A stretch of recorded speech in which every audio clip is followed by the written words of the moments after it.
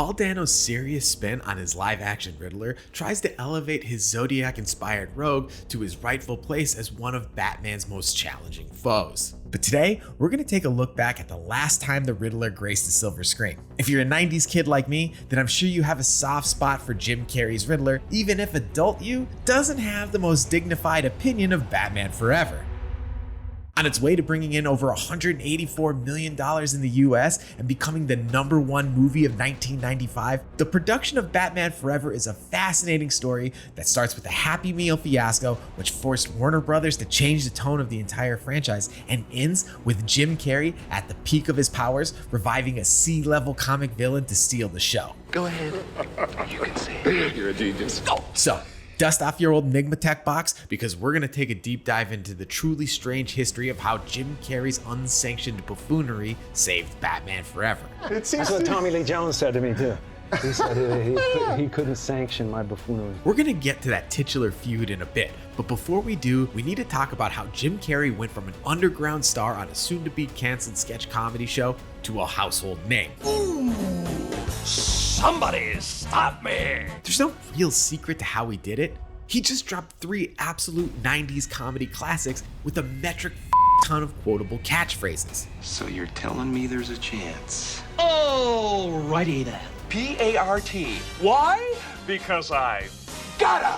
And he did it all in 1 year, which is some truly GOAT-level shit for Jim Carrey. But it was his turn as the Mask that really got the attention of Warner Brothers. You were good, kid. Real good. While Batman Returns is undoubtedly one of the best Batman movies ever and was 1992's #1 movie, the suits at Warner Brothers weren't happy with it and wanted the franchise to go in a different direction. That's not growth. That's a mild swelling. Why? Because in the simpler time that was 1992, the film's darker and more adult tone caused quite the moral panic. By now, you pretty much have had to have heard that the summer's big movie is Batman Returns, and it is already creating controversy. Some parents contend that Batman Returns, which is rated PG-13, is actually being marketed for younger children, and the movie is just too violent. Let's get an expert opinion on that from USA Today's junior movie critic, 10-year-old Danny Slasky. It was very violent. It was a total attack against kids, the whole movie. It's just not for younger kids. Penguin always had goop coming out of his mouth. For some reason, people got really freaked out by the black bile coming out of Penguin's mouth, and USA Today's summer junior movie critic Danny Slasky wasn't the only one who thought that. We have a classic illustration here of kind of the Hollywood and the corporate community being out of touch with the family and out of touch with kids. I mean, McDonald's has apologized to us. They're embarrassed really now that they've thought it through. Yeah, there was a whole to-do around the McDonald's Happy Meal tie-in with Batman Returns.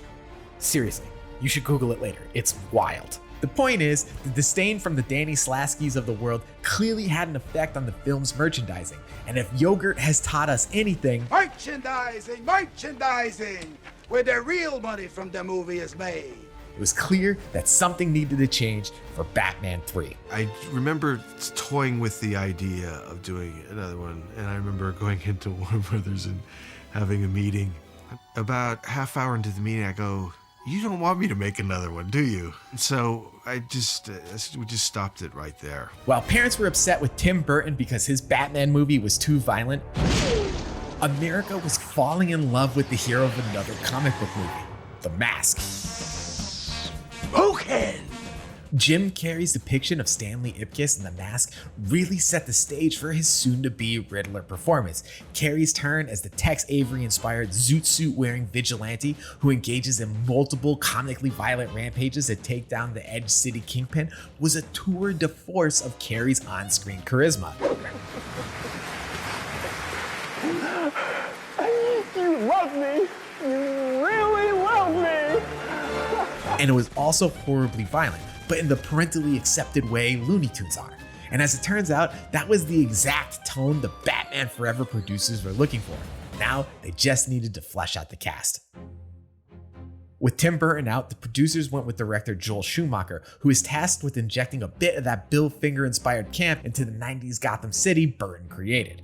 Michael Keaton was originally supposed to reprise his role, but disagreements about the film's new direction and stalled out salary negotiations caused him to drop out.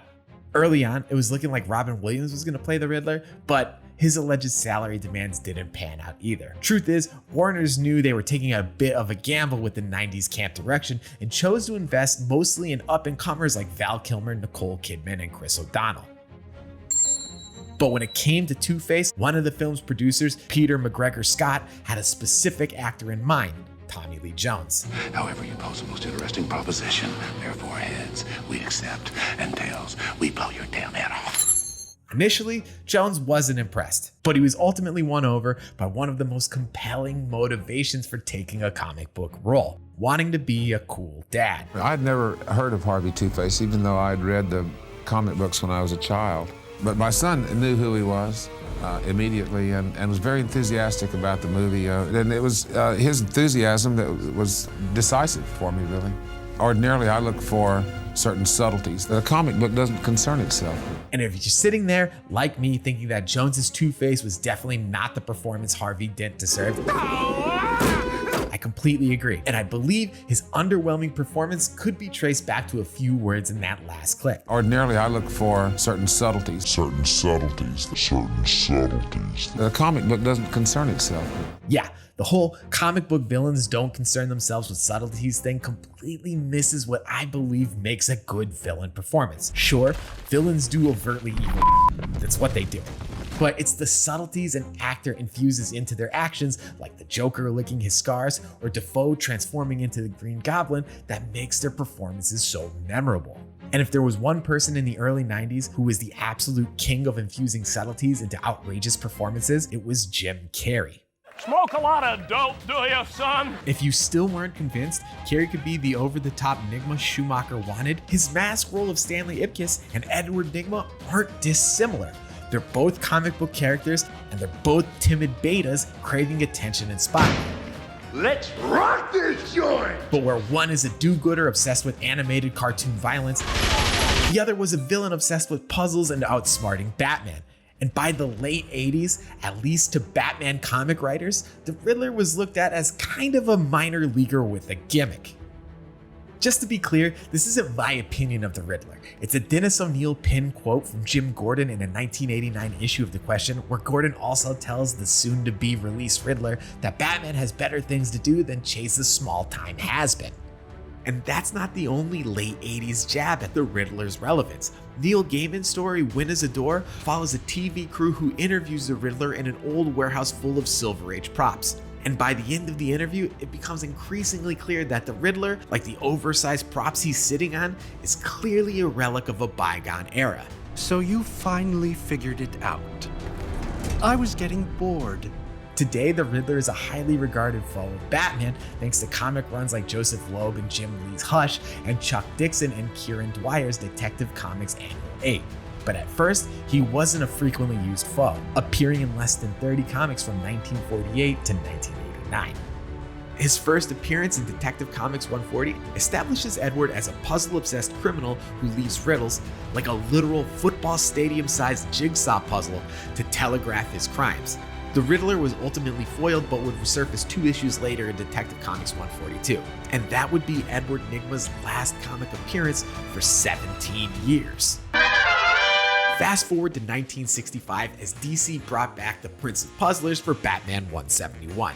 In a serendipitous turn of events, this issue had a profound effect on the 60s Batman TV show, as it was one of the few comics executive producer William Dozer read during development. The remarkable ruse of the Riddler clearly impressed him, since the show's first 2 episodes borrowed heavily from Remarkable Ruse's plot. Enter Frank Gorshin. He was my first notion for the Riddler and never anybody else. Thanks to his natural crazy eye and unforgettable hyena laugh, Gorshin took an almost 20-year-old villain with 3 comic appearances and turned him into a campy criminal that would define the character for decades. Aside from a few animated show appearances and a few comic appearances, one of which established Nigma's psychological compulsion to always leave a riddle, the Riddler went back into hiding after the 60s Batman TV series and movie. The police never found a body. The Prince of Puzzlers may well have escaped underground. After the show ended, DC wanted to get as far away from the campy Batman image as possible, so DC Comics editor Julius Schwartz blacklisted the TV show's villains until well into the 70s. While the Bat's other rogues eventually bounced back, the Riddler never had anything on the level of Joker's 5-way revenge or the laughing fish to reinvigorate him. And that ultimately brings us back to where we started, with Jim Gordon telling Edward Nygma he was nothing more than a minor leaguer with the gimmick. The suits at Warner Brothers, who were trying to cast a new live-action Riddler, definitely had their work cut out for them. They needed to find a performer who could wipe away the tarnish of the villain the comics tried decently hard to forget, while also living up to Gorshin's Emmy-nominated Nygma. But most of all, Warner's had to find someone who wouldn't offend the sensibilities of critics like USA Today's summer junior movie critic Danny Slasky. The second time I saw it, when I saw the younger kids, I really wanted to tell them not to see this. And they found their man in Jim Carrey, because his well-honed buffoonery was more than enough to fit the bill. Just like how every Riddler caper comes with a clue, pretty much every serious comic book movie comes with actor anecdotes about how difficult it was to inhabit the role. Heath Ledger kept a Joker diary and locked himself into a hotel room to prepare. Michael B. Jordan sought out therapy after his Killmonger stint. Now, Paul Dano claims he couldn't sleep because his Riddler scenes were so intense. Just to be clear, I'm not knocking these actors for taking their roles seriously. As a comic fan, I appreciate when these actors treat characters as meaty roles, not just meaty paychecks. All right, everyone, chill. Whether or not you agree with Warner's decision to take Batman Forever in a more campy direction, it's clear that Carrey's dedication to the role was just as committed and just as nuanced as any actor's serious rogues. He's a sycophant, you know, he's like this stalker almost.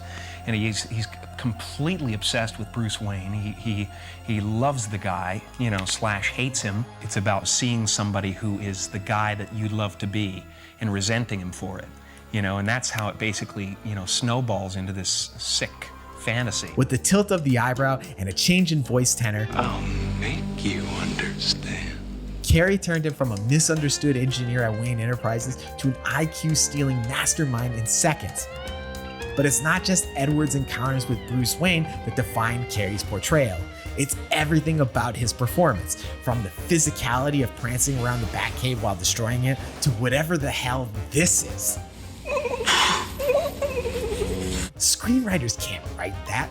That expression cannot be properly expressed with words in the parenthetical of a screenplay. Schumacher probably doesn't even know how to ask for it. It happens because a performer of Jim Carrey's caliber, dramatic or comedic, sits in front of a mirror rehearsing their lines while holding the control of every muscle of their body and face. He rehearses and practices harder than anybody I've ever known. And when he comes to do the scene, it's all spontaneous, but within parameters that he's really worked out. His facial expressions, his body movements, how he uses the cane, how he uses his face. He's extraordinarily professional. Despite the film's huge price tag, Jim and Joel knew how to work together to get something truly remarkable in the can. Did you do one take for you and one take for Joel? Yeah, did a lot of that.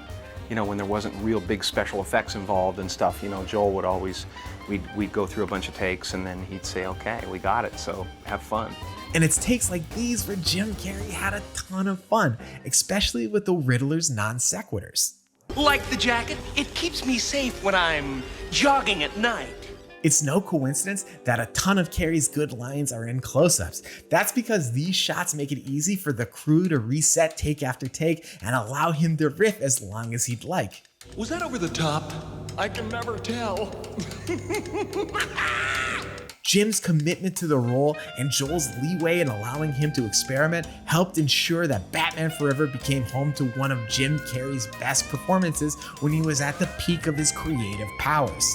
And it's funny because I think sometimes it kind of rubs some people the wrong way, as if he was maybe stealing the show or something, but I mean, the guy's a genius at what he does. Whether Carrey was trying to or not, he did steal the show, and it seemed that Tommy Lee Jones was not a particular fan of Carrey's performance. That's what Tommy Lee Jones said to me, too. He said he couldn't sanction my buffoonery.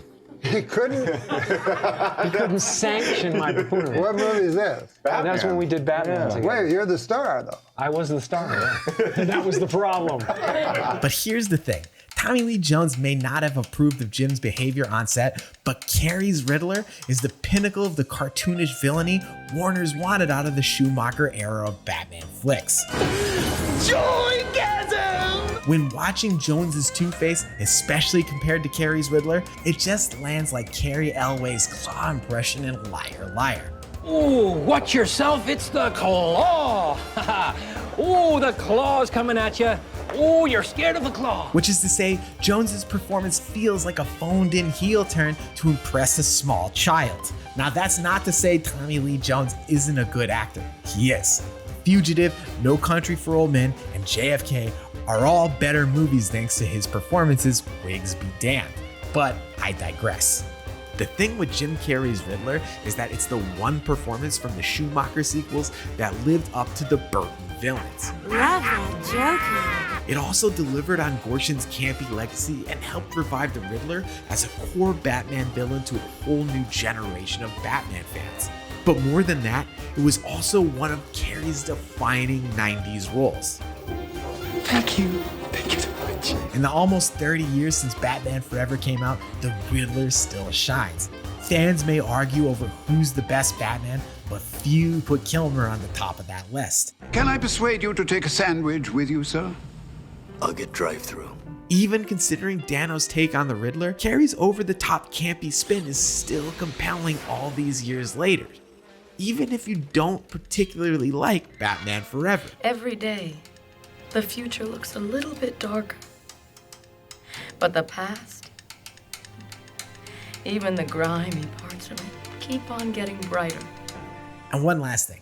I even bet McDonald's was happy with Batman Forever. The time has come for the Gotham Glassware Collection. Remember these sick-ass mugs? McDonald's had these cups, and their entire order was gone in 2 days. And they were like built to last too, because you can get a full set of them on eBay for like 25 to 40 bucks.